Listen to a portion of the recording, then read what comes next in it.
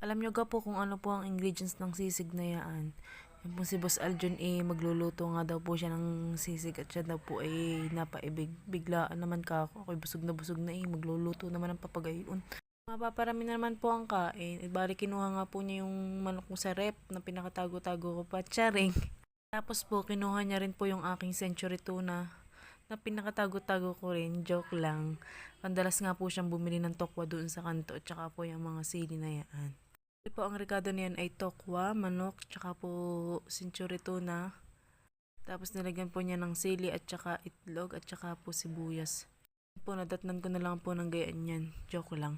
Bali pinirito po muna niya yung tokwa tapos po yung manok at tsaka po yung century tuna. Pagkaprito niya po noon, sinet aside niya po muna tapos po nagisa po siya ng sibuyas bawang tsaka po niya pinaglalagay yung mga ingredients na yan. Saka po niya pinagsama-sama. Tapos, inilagay niya nga po yung sili at saka po yung sibuyas. Nilagay din po siya ng mayonnaise at saka po itlog. Gusto ko pong sisig ay yung babo, yung tenga. Paborito ko po yung buto na malambot nun. Tapos po, crunchy yung taba ay ang sarap. Talaga pong mapapadami ang kain. Ay pero ito po masarap din naman. Tapos nilagyan din po niya ng oyster sauce tsaka po mga pampalasa para masarap.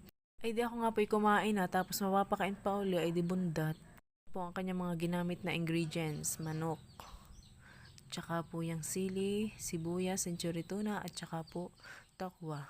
Pagkatapos naman po ay niyakag niya po kaming mamasyal ni Bebe Shun at tsaka po ni Ate Charlene. Kami daw po ay pupunta sa Arambiao Falls sa Mulawin, Bagay, awan ko.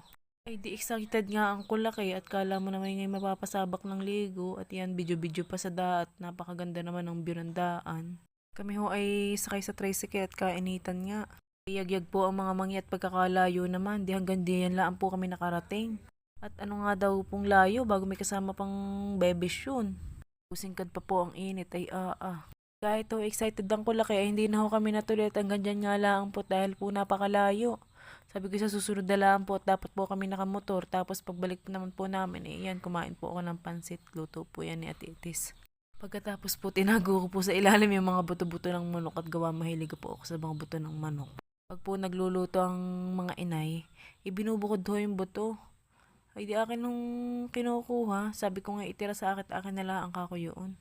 Tapos ho ngayon naman, nagluto nga ulit sila. Ay hindi, isinama na ho yung buto, hindi na ho inalis. Ay masarap kaya po ang buto ng manok. Kain na po.